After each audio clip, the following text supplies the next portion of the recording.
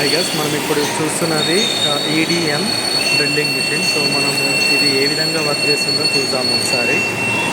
ఇక్కడ వచ్చేసి మనకు డ్రిల్ లాంటివి జరుగుతుంది. ఇప్పుడే అది ఒకటి జాబ్ తీసేసి ఇంకొక జాబ్ ఇస్తున్నాము.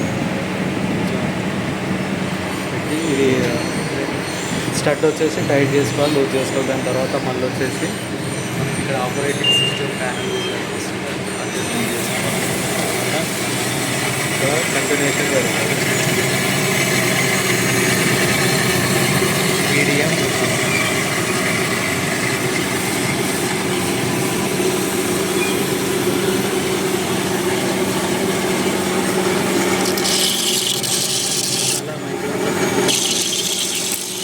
ఇది వచ్చేసి ఇది చేసేవి.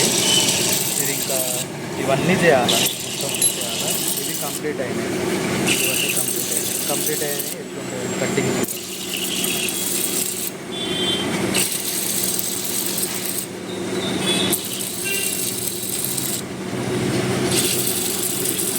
కట్టింగ్